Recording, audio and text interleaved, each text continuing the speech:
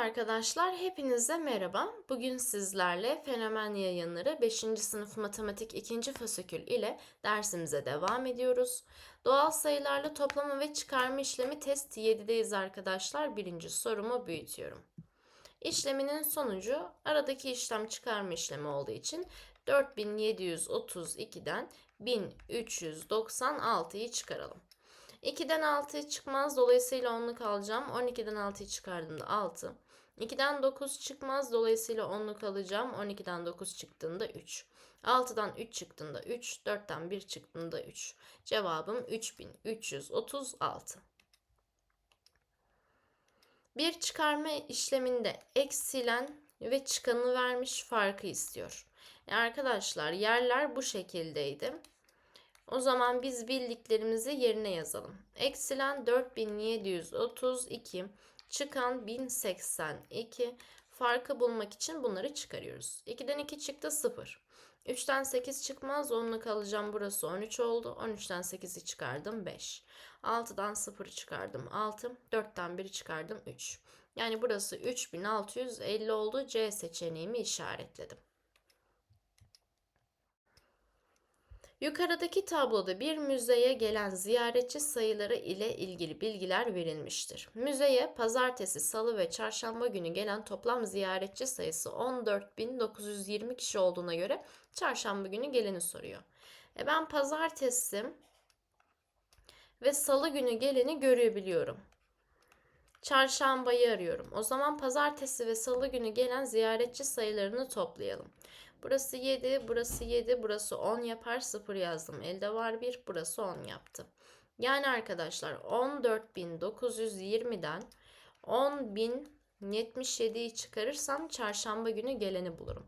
0'dan 7 çıkmaz. Buradan değil buradan alalım. Burası 12 olur ama yan tarafı 10'luk vereceğim için 11 oldu. Burası 10 oldu.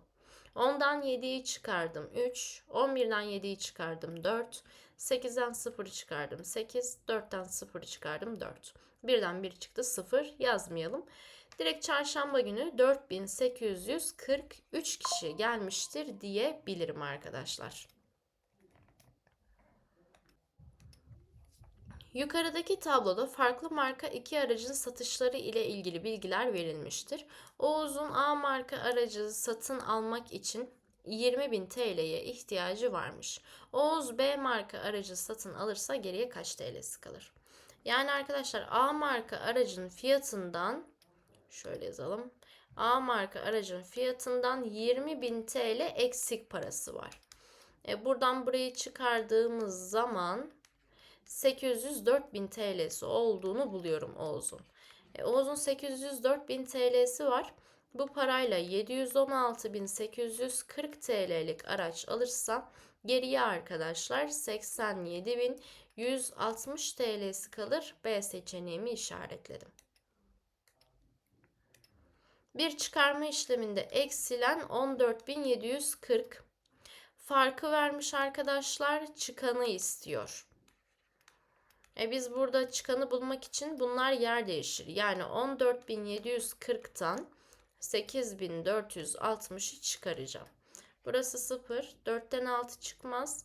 Buradan bir onluk alacağım. 14'ten 6'yı çıkardığımız zaman arkadaşlar 8 yaptı. 6'dan 4'ü çıkardığım zaman 2. 4'ten 8 çıkmaz. Buradan bir onluk alacağım. 14'ten 8'i çıkardığım zaman 6 oldu. Yani cevabım 6280. Bir çıkarma işleminde fark 4372, çıkan 1876 ise eksileni istiyor. Eksilen bu ikisinin toplamıyla bulunurdu. O zaman gelelim direkt toplayalım arkadaşlar. Burası 8, burası 14, 4'ü yazdım, elde var 1. Burası 11, elde 1 vardı, 12 oldu. 2'yi yazdım, elde var 1. Ve burası 6 olur. Yani 6248 oldu. Yukarıda verilen çıkarma işleminde üçgen ve kare birer rakamdır, toplamlarını istiyor. Arkadaşlar burada şöyle düşüneceğiz. Bir sayıdan 8 çıkardığımızda 8 gelmez. O zaman ben burayı 2 basamaklı bir sayıdan 8 çıkaracağım gibi düşünebilirim. Yani mesela ben buraya 6 dersem 6'dan 8 çıkmaz. Buradan bir onluk alınırdı. Burası 16 olurdu. 16'dan 8'i çıkardım, 8 olur. Veya tam tersi de düşünebilirsiniz. 8 ile 8'i topladım. Buranın 16 olması lazım. O zaman bir kere üçgenimin 6 olması gerektiğini buldum. 6'dan 8 çıkmaz. Şuradan bir onluk alacağız. Burası 3'e düştüm. 3'ten 9 çıkmaz. O zaman buradan bir onluk alacağız. Burası 6 oldu. Burası 13. 13'ten 9'u çıkardım, 4. Yine aynı mantıkla 6'dan kareyi çıkarmışım, 8 olmuş. Burası olmayacağı için buranın 16 olması lazım. 16'dan neyi çıkarırsam 8 olur? Kareyi. O zaman 16'dan neyi çıkarırsam 8 olur? 8'i. O zaman benim kare değerim de 8. Bunların toplamı da 14 geldi. Yukarıda verilen rakamları birer kez kullanılarak oluşturulabilecek 5 basamaklı en büyük doğal sayı ile en küçük doğal sayı arasındaki fark. En büyüğünü yazalım arkadaşlar. En küçüğünü yazalım. Bunlar arasındaki farkı istemiş. Bunlar arasındaki fark 66.951 olarak gelir. Ön yüzü ile arka yüzü arasında yazılan sayıların farkı 3462'dir. Yani bir tanesi büyük, bir tanesi küçük ama hangisinin büyük olduğunu bilmiyorum. Buna göre kartın arka yüzünde yazan sayı en fazla kaç olabilir diyor. En fazla seçeneği arka yüzde olsun diyoruz. O zaman 14.745 ile 3.462'yi topluyorum. Burası 7, burası 10 yaptı, 0 yazdım, elde var 1. Burası 12 yaptı, 2'yi yazdım, elde var 1. Burası 8, burası 1. Yani arka yüzünde yazacak sayı en fazla 18.207'dir. En az deseydi bu defa bu sayıdan çıkaracaktım. Yukarıda verilen kartların ön yüzlerinde birer doğal sayı yazılıdır. Kartlardan 3 tanesinin ön yüzü, bir tanesinin arka yüzü görünmektedir. Kartlardan 2 tanesi seçildiğinde ön yüzlerinde bulunan sayıların farkı 3860 olmuştur. Ön yüzü verilmeyen kartın ön yüzünde yazan sayı en fazla kaçtır? Şu an 3 tanesinin ön yüzünü görüyorum. Hiçbirinin farkı 3860 gelmez. O zaman diyorum ki buradan en büyüğünü seçeyim ve bunu seçeyim. Yani şöyle düşünün arkadaşlar. Buradan 4375'i çıkardığımda 3860 geliyor. Eksilen sayıyı bulabilmek için bu ikisini toplamam gerekir. Burası 5, burası 13 yaptı, 3 yazdım, elde var 1. Burası 12 yaptı, 2 yazdım, elde var 1 ve burası 8 geldi. Yani şu an arka yüzü verilen kağıdın ön yüzünde en fazla 8235 yazar dedik. Bir çıkarma işleminde eksilen 4742 ise eksilen, çıkan ve farkın toplamı.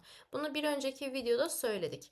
Eksilen, çıkan ve farkın toplamı arkadaşlar 2 tane eksilen demek. Yani eksileni gel 2 ile çarp veya 2 tane eksileni topla demek de olabilir arkadaşlar. Bunları toplayalım. 8, 14, elde var 1, 9. O zaman 9484 A seçeneği.